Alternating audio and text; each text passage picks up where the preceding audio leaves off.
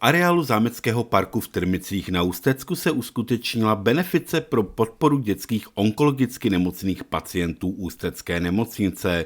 Výtěžek z akce poslouží na nákup polohovacích lůžek na tamní dětské jipce.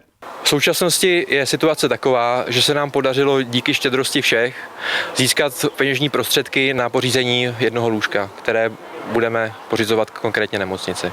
Benefice v Trmicích tak byla rozdělena na dvě části, pro dětské publikum a pro dospělé. Program je určen pro širokou veřejnost, to znamená, že si zde každý najde svoje, ale snažili jsme se ho v rámci účelu této akce směřovat primárně na program pro děti. Dopolední program tak byl určen hlavně dětským návštěvníkům. V areálu Zámeckého parku tak na děti čekalo Sváťovo dividlo, vystoupení šermířů a skalonu, ale i ukázky prací celní správy a hasičů, vystoupení dětí z mateřské a základní školy v Trmicích a další kulturní program.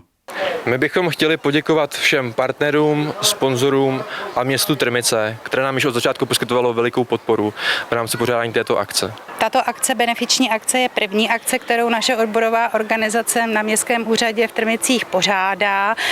Nadchnul mě nápad té benefiční akce podpořit nákup lůžka pro onkologicky nemocné dětské pacienty Masarykovy nemocnice v Ústí nad Labem.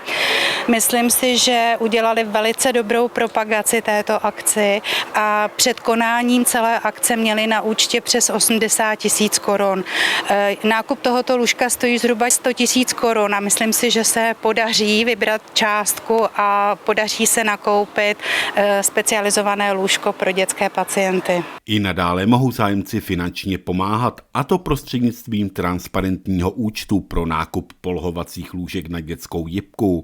Šanci máte do konce června. Já bych chtěla poděkovat všem organizátorům, dárcům, sponzorům a všem, kteří na dnešní akci přišli, protože ti všichni přispěli na nákup tohoto lůžka. Není důležité to, jaké máte zkušenosti, není důležité to, jaké finanční prostředky za sebou máte, ale je důležité to, co máte v hlavě a v srdci. Pro agenturu JV Press Honza Vraný, Trmice.